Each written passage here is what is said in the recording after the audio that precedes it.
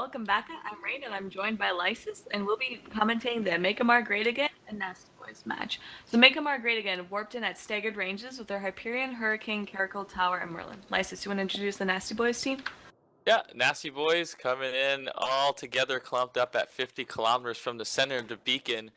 This is all a play to use that range of the Megatron, and that Megatron's be able to project throughout the whole arena. So this is exactly where Killer 542 wants to be. However, I believe the Hyperion does have an MJD, and he warped in at 50, so they have to be a little careful because I believe they're exactly 100 kilometers away from each other. So he could MJD up and launch himself across the field. Yeah, right now the Hyperion is aligning himself towards him. He is Oh, activating his MJD right now. Might be a little bit premature. He's not really pointed. He's going to be landing behind them. He's going to be close at an Executor. He's like right on top of the Executor. Yep. Exactly. That Executor needs to run. That Mega is trying to run as well. I mean, the Hyperions are just the honey badger of all these ships. It could just pretty much do everything. It wants to be it is exactly where it needs to be.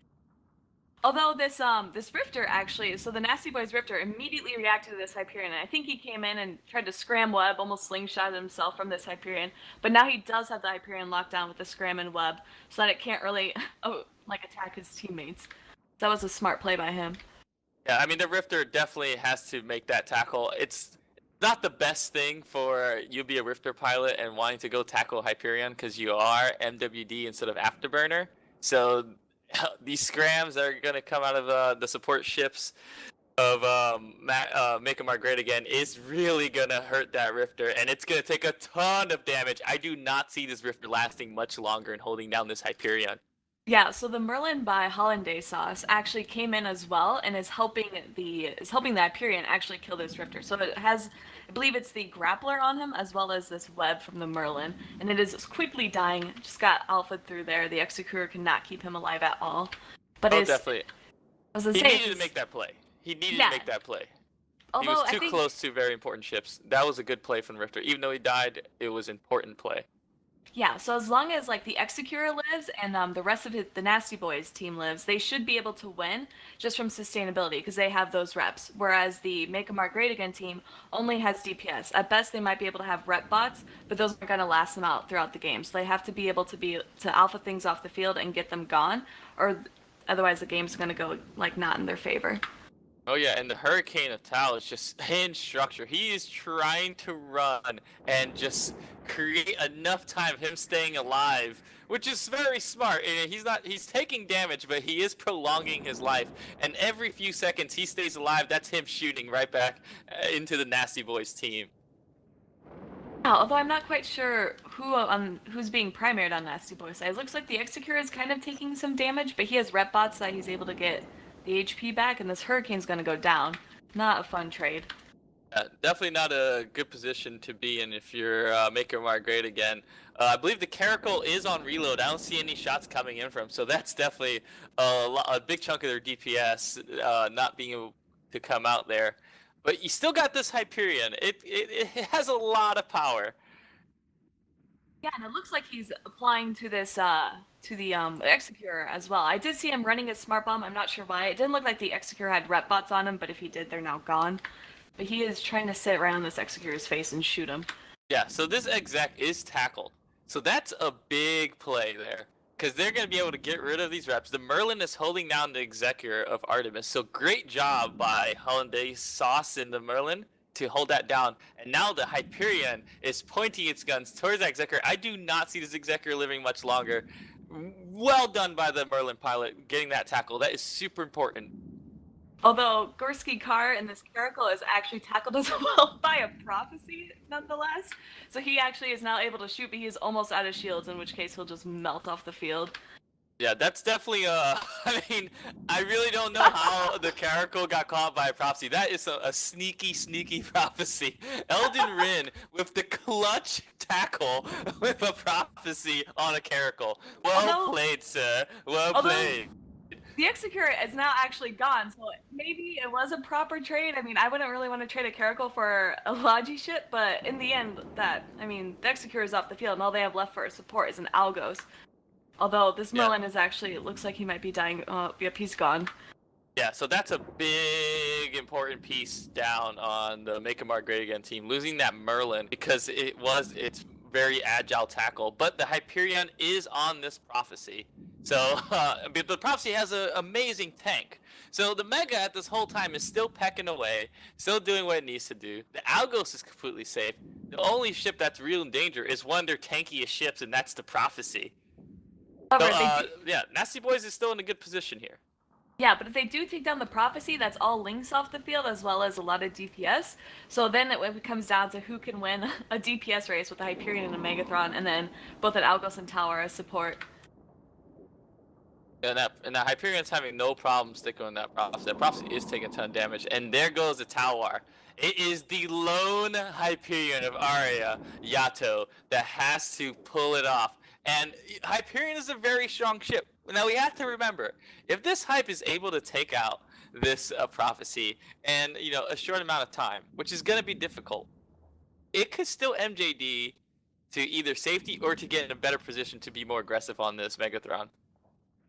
Because that Megathron is very far away. And that Megathron is doing exactly what he's... So good job by Killa with his positioning, still doing what he needs to do. The prophecy getting a little bit too close there.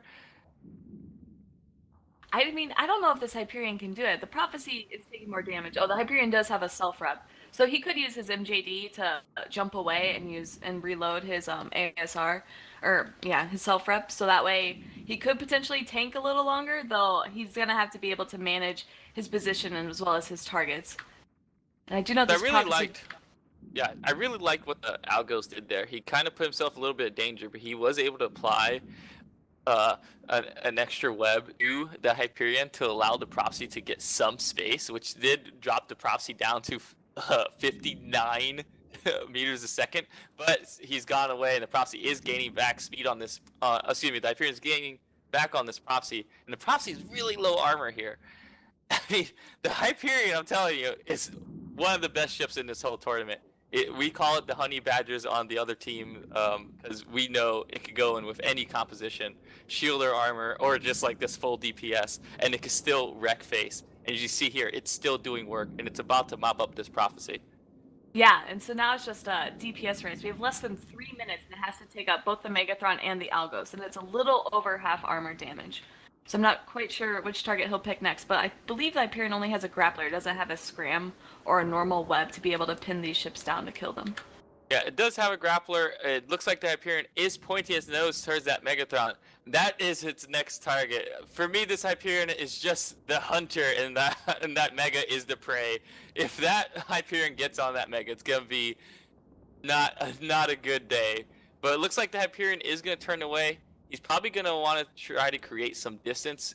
He might attempt reload on his AAR, because it must be either very low right now or getting really close to it. So all he could really do is create that time delay to allow him to maybe rep up a little bit, maybe get out of the Megathron's range where the Megathron has to change ammo to a lower DPS. Both would be good strategies. I'm not sure if it would be trying to get enough distance to then be able to MJD on him. I don't think he can get away that far. And I would hope the Megathron would be able to see that and move in time. Oh yeah, and the Mega is pretty much keeping at range with him, probably at 50 kilometers here. Because as the hype started moving away, the Mega went ahead and mimicked the hype's point of positioning and started moving towards the Hyperion. So great piloting and noticing that. But, yeah, there's always the vectors that kind of give it away. Tactical overview for the win. But it does show the Hyperion, I think, was shooting at the Algos, but he is now in structure. So he must be on a reload, trying to rapidly get more nanite paste in there so that he can rep himself. MJD activation. He's trying to create that distance. He needs to lower the DPS of this Megathron. He wants the Megathron to switch to a longer range ammo, because then he's going to have a huge DPS drop, and hopefully what he's planning, what Arya wants, is that low DPS amount coming out to allow him enough time to get this reload on his AAR. I mean, he is getting some armor reps, so I mean, he's probably just repping just on the regular armor repper itself without any nanite reloaded. Yeah, you can see the effect going off on his ship with that beautiful Quaif skin. And it does look like he's still shooting at the Algos. I don't think he's hitting him at all. I'm not, yeah, if he is, it's barely any damage to the shield, so he's way too far away. Yeah, and there is less than 30 seconds left in the match. Now this might just be a point of pride now for Arch to stay alive as long as he can. Yeah, I mean, if he stays alive, that's less points that Nasty Boys get, so therefore it'll be harder for them to win. Oh, but with that, he gets volleyed off the field, and we'll send it back to Nickel in the studio.